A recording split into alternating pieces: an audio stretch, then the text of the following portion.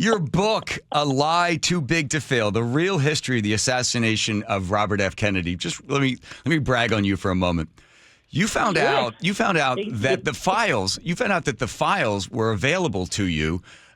So you take a lunch break and you would go to the local library and go through microfiche. Most people under the age of 70 don't even know what that is. And you just started studying this stuff and you got all into it. And I think you're probably the only person that read all 5,000 pages of the court transcripts.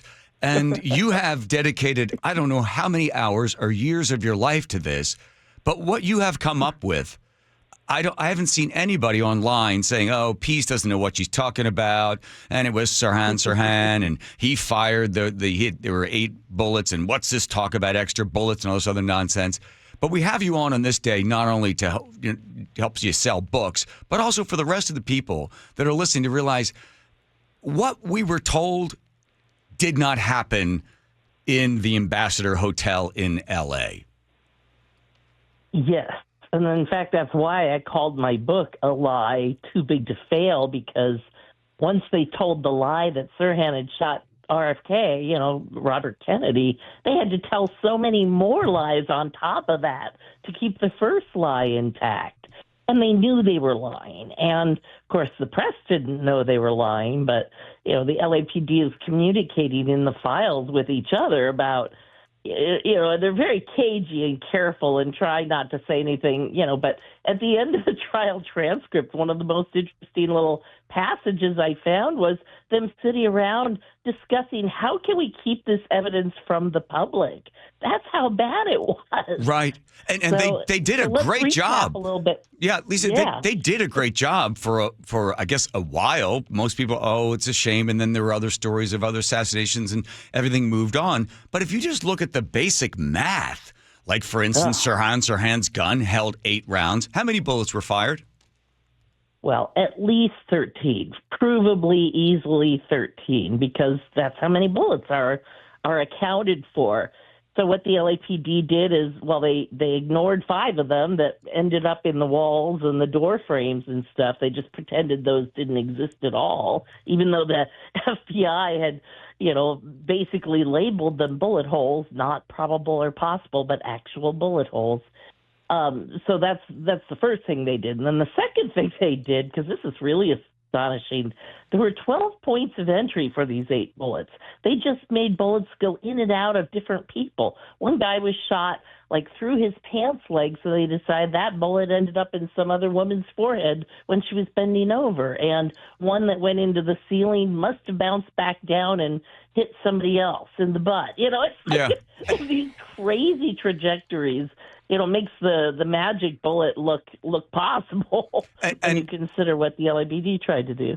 Speaking with Lisa Pease and her astonishing book, A Lie Too Big to Fail, one of the other amazing parts of it is, as you say, as you sort of walk people through it, so Kennedy is taken through the kitchen, which wasn't part of the plan. He was supposed to go to the right of the podium and go meet people, but for some reason somebody called out, this way, Mr. Kennedy, this way.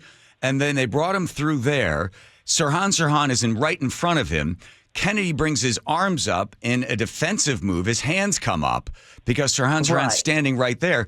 There are, I think you document about 7 people that said the sound of, I thought it sounded like a cap gun. It sounded like firecrackers. There was fire coming out of Sirhan's gun, but people were saying, and none of the bullets that killed Kennedy came from the front. And none of the bullets from any of the people wounded, including Kennedy, not one of those bullets matched Sirhan's gun. So we have to start there. Now, most people ignore that and go, there must be an explanation for that, and then just assume that Sirhan's guilty. It's no, start with the physical evidence. If they can't match the bullet to the gun, it's because those bullets didn't come from that gun. This is a very, very exact science. When a bullet goes through a gun, the inner part of the gun chamber leaves striation marks on it.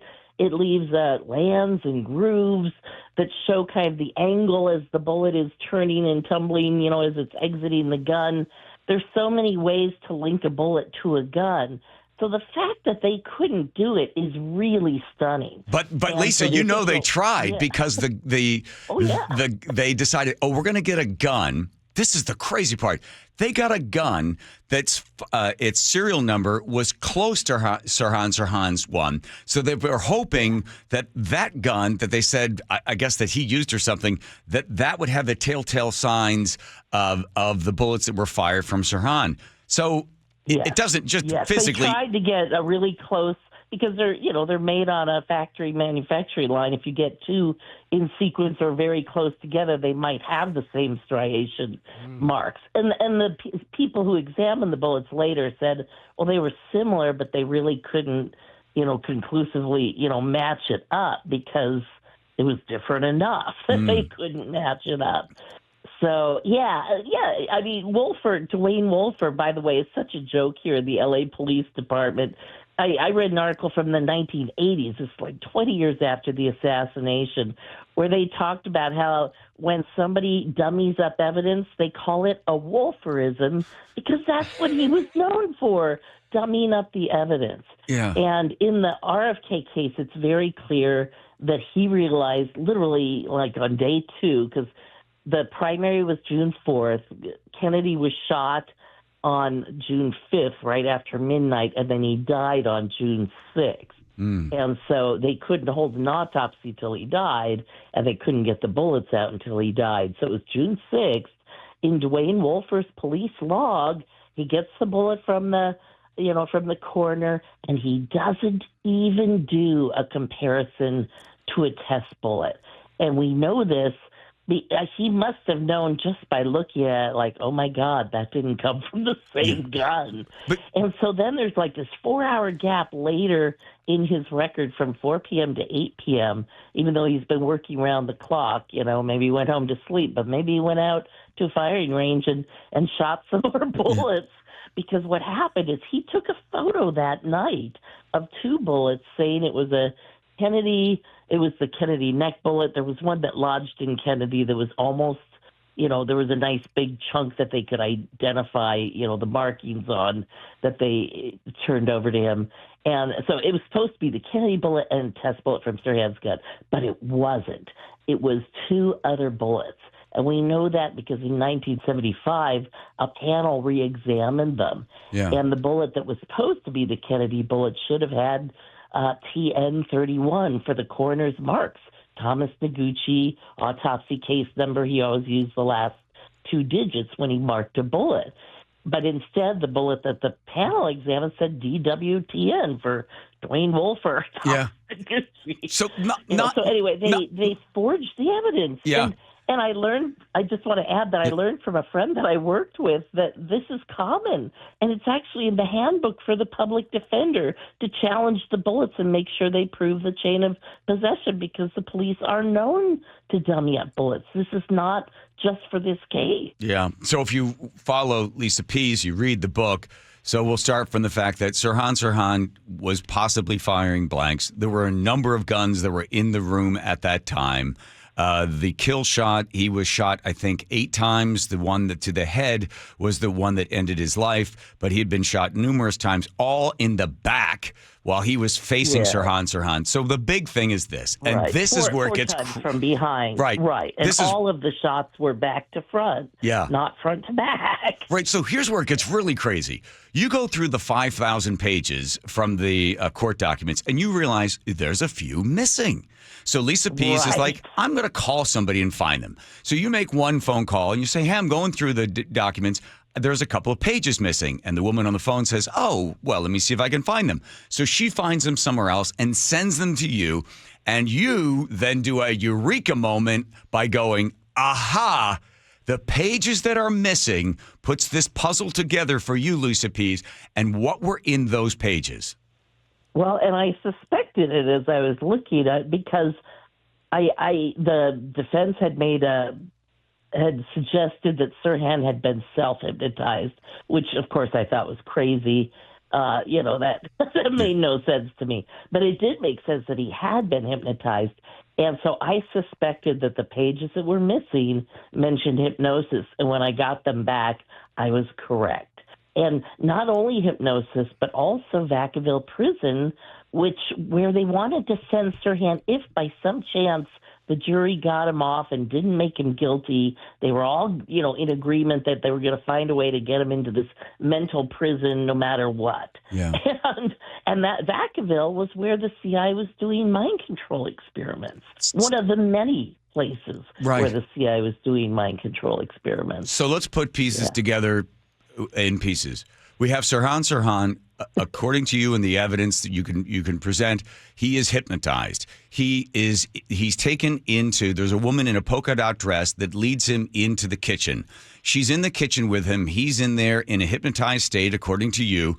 And while he's standing there, then in comes Kennedy. He steps forward. She pinches him on the arm. He raises the gun up and discharges what you believe to be nothing more than blanks. And at that point, as the gunshots go off, additional gunshots go off as well, and Kennedy is mortally wounded. So you believe, and the interesting thing is 4 hours after that, they go to interrogate him, the police do, and it is the weirdest interrogation because they immediately realize there's something wrong with this guy. He doesn't know what happened. He doesn't know where he lives, doesn't know if he's married, doesn't know what kind of car he drives.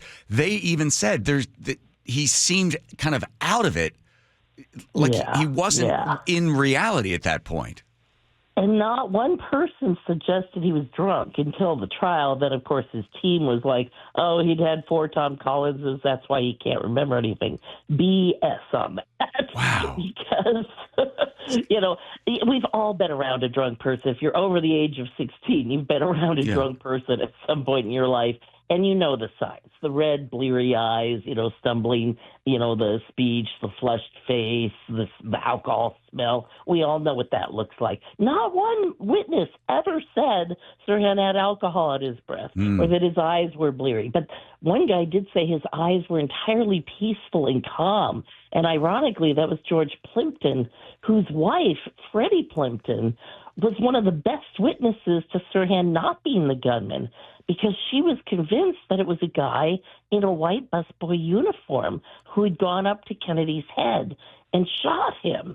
And she couldn't quite reconcile Sirhan and the guy in the white busboy uniform. She assumed they were the same guy. I found another witness who told me the same story, completely separate. In fact, I talked to him first before I ever found Freddie Plimpton's interview. He was so convincing that he was on the set of Emilio Estevez's film, Bobby, which is a fictional retelling of that night. But, it's an interesting movie, and it does use some real footage of Robert Kennedy campaigning. Yeah. So it's interesting from that standpoint.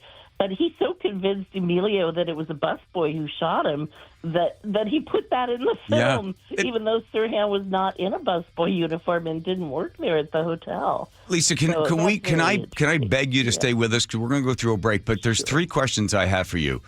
One, if Kennedy was supposed to exit out the other side from the podium to the right, someone had to yell out, "No, this way, Mr. Kennedy." Someone has to say that in order to get him into this trap, right?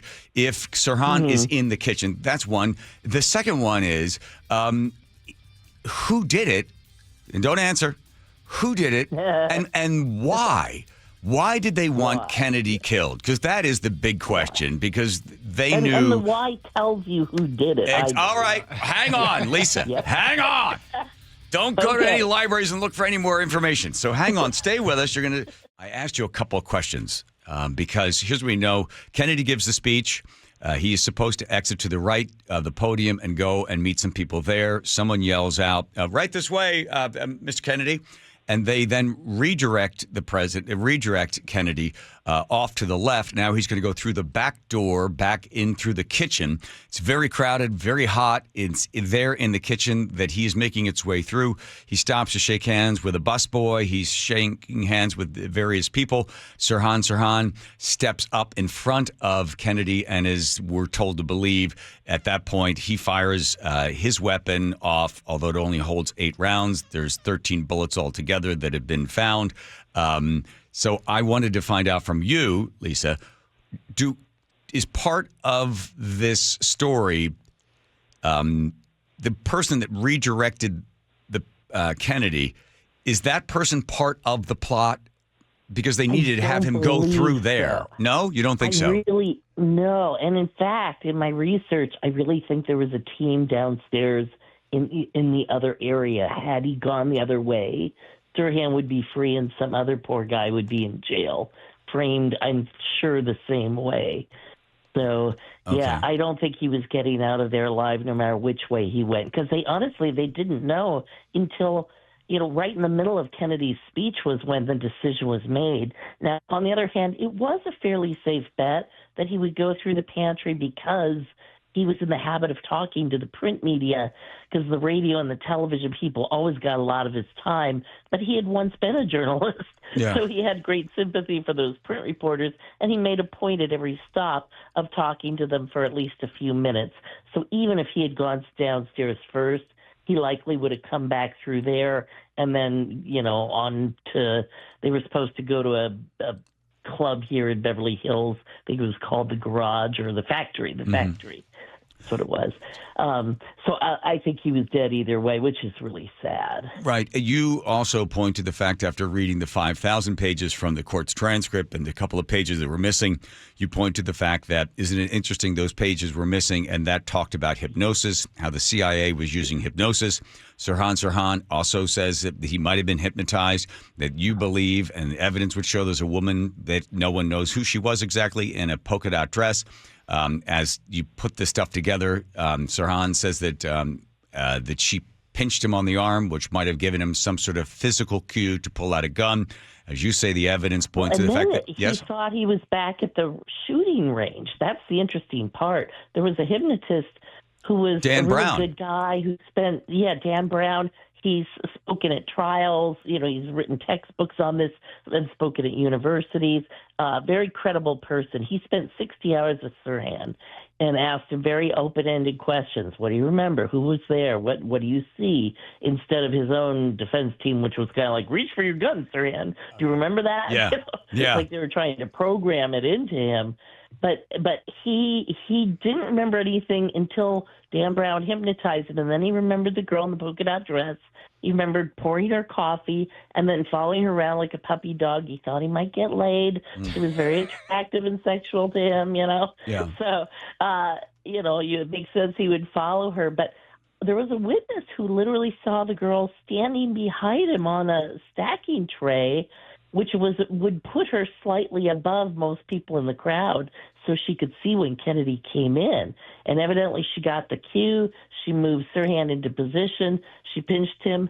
And then in Sirhan's mind, he's like, I was back at because he had been at a shooting range earlier that day. He was in ROTC. It was just a little hobby of his, maybe a hypnotically induced hobby of his, because that kind of thing happens too.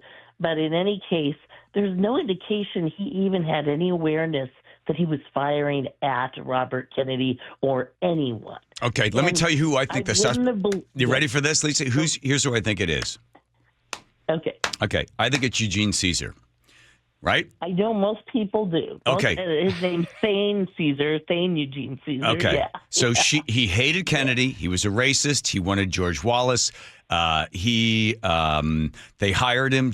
He got a security clearance because he worked working with military aircraft. He gets called, I think, a day or 2 days before. Contract agent. He was a CIA contract agent. Yeah, and he's to the right of Kennedy. He's got Kennedy's arm as he goes in there. Oh, by the way, Kennedy was shot twice under the arm at very close range. No one was in a better position to make those two shots than either Caesar or there was a witness who said a guard was holding Kennedy tight while somebody else shot him. Yeah. That's what one of the witnesses saw. And the thing is, there were multiple guards with a security thing, so we don't know if it was somebody holding it for Caesar to make the shots or if Caesar was holding it for somebody else to make the shots. And Caesar had a .22 caliber gun, the exact same gun as Sirhan. And when he was asked about it, he said, I sold that a while ago. He hadn't sold it. He said he was carrying, I think, a .38 that night. And they find evidence, right? Yeah, he had sold the gun, but not. He said he sold it before the assassination. Of course, he sold it after. And here's the thing: the gun was found. It was dredged from a lake bottom Somebody did a long thing, but it was secretly tested against the bullets. And, of course, there's no match because those aren't the real bullets. So we don't know if he could have shot him or not. But if they were to try it and not bring out the fact that the bullets were altered, he would get off because they would say the bullets don't match the gun, which ironically they won't say with Sirhan, but they would say it with Thane Caesar. So Lisa Pease, at this... I still think, just I do you think Caesar did not make the kill shot. I really think a guy in a white busboy outfit. And in the paperback version of my book coming out next month, I talk more about that. And I go more into the other witness besides Freddie Plimpton, because when I wrote the book, I couldn't remember the guy's name. And I knew his story, but now I have much more about that. Yeah. So that will be in there, too. Okay. I also talk about several other plots where people were firing blanks to distract from the real shooters. So this is a thing. It's not just a wild scenario. It's actually happened. So let's leave it at this because we're up against the clock and I've taken way too much of your time. It's all there, the paperback. This thing is, you will read this, you will both be... you'll be enlightened and enraged at the same time. It really, you've done the work, you've done the research, years and years and years. It's all there. 30 years. 30 years. Oh, my God. I'm still researching because they just released a new batch of files, many of which I've seen, but some which I haven't. And I know the CIA has files that I'm trying to pry loose. In fact, there was a document that came out after my book was published. Oh, my gosh. Basically saying the CIA handed the file to counterintelligence James Angleton, the same guy who had Oswald's file for 5 years before he supposedly killed JFK. Good so Lord. There's so much more to tell. So much more. The story gets deeper and deeper. Okay, well, listen, you spent another 30 years doing it. What started out as something you were doing at lunchtime at the library has now ended up being... Right, it was just personal curiosity. Now I'm, burdened with it. All right, Lisa, thank you for coming on. Thank you for sharing your knowledge. Best of luck with the paperback as you find more information. We're going to be in touch. Thank you, Lisa Pease. Appreciate your time. Thanks.